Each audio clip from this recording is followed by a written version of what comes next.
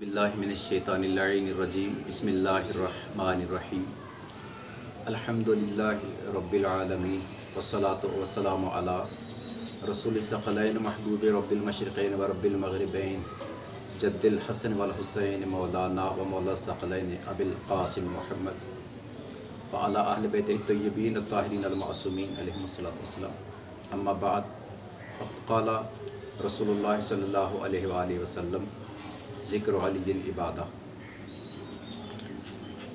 ناظرین، میں سب سے پہلے بی این نیٹ ورک کا ممنون ہوں کہ جنہوں نے اس چینل میں مجھے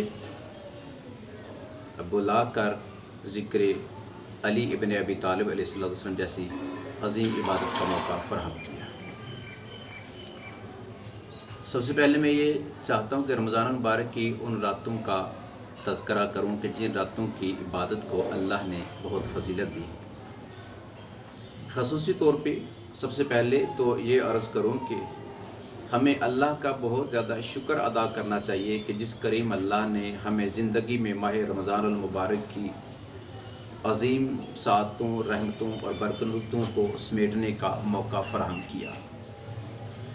بڑی غفور الرحیم ذات ہے، اس رمضان المبارک میں ہمیں یہ مہینہ دوبارہ بخشا ہے تاکہ اس مہینے کی قدر و قیمت اللہ کے نزدیک اس مہینے کی قدر و قیمت اور بڑھ جاتی ہے۔ اس مہینے میں اعمال کی قدر و قیمت بڑھ جاتی ہے، کئی گنا زیادہ اس کا اجر و ثواب۔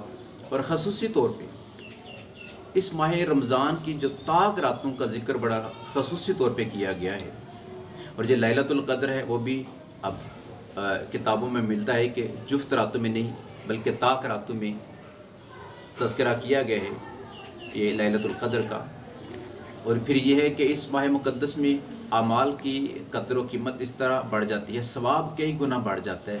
اگر آپ ایک نیکی کریں گے اس کا ثواب کم از کم 70 گنا بڑھ جاتا ہے۔ اگر ایک آپ نفل پڑھیں گے اس کا ثواب واجب نماز کے برابر ہوگا، اور اگر ایک واجب نماز پڑھیں گے اس کا ثواب کم از کم 70 نمازوں کے برابر ہوگا۔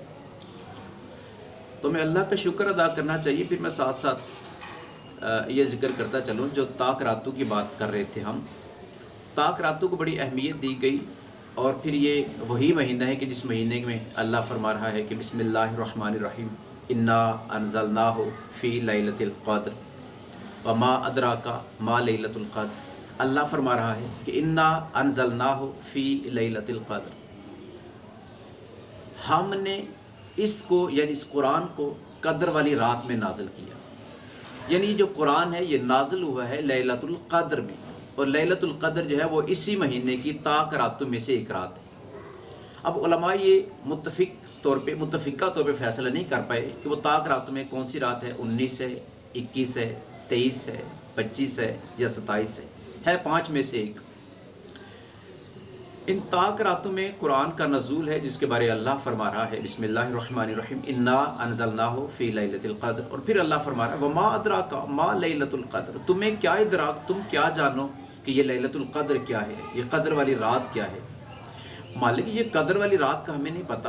اگر ناظرین دیکھا جائے کہ بڑے پڑھے لکھے بندے صاحبان علم تشریف فرما ہیں، بندے بڑے پڑھے لکھے ہیں، اگر وہ یہ سوال کر دے کہ مالک ہم نے بڑا مطالعہ کیا اور مالک تو کہہ رہا ہے کہ تمہیں ایک رات کا نہیں پتہ، اللہ فرما رہا ہے تم جتنا مرضی علم حاصل کر لو اس ایک رات کے بارے تم نہیں جان سکتے، اس ایک رات کا تمہیں ادراک نہیں ہو سکتا۔ مالک ہوا کیا ہے اس ایک رات میں؟ اللہ فرما رہا ہے انا انزلناہ فی لیلۃ القدر، اس رات میں ہم نے قرآن کو نازل کیا ہے۔ تو پہلے میں یہ جملہ دینا چاہتا ہوں کہ میں سوچنا چاہیے کہ جس رات میں قرآن اترے، جب وہ رات سمجھ میں نہیں آتی تو جس ذات پر قرآن اترے وہ ذات کیسے سمجھ میں آ سکتی؟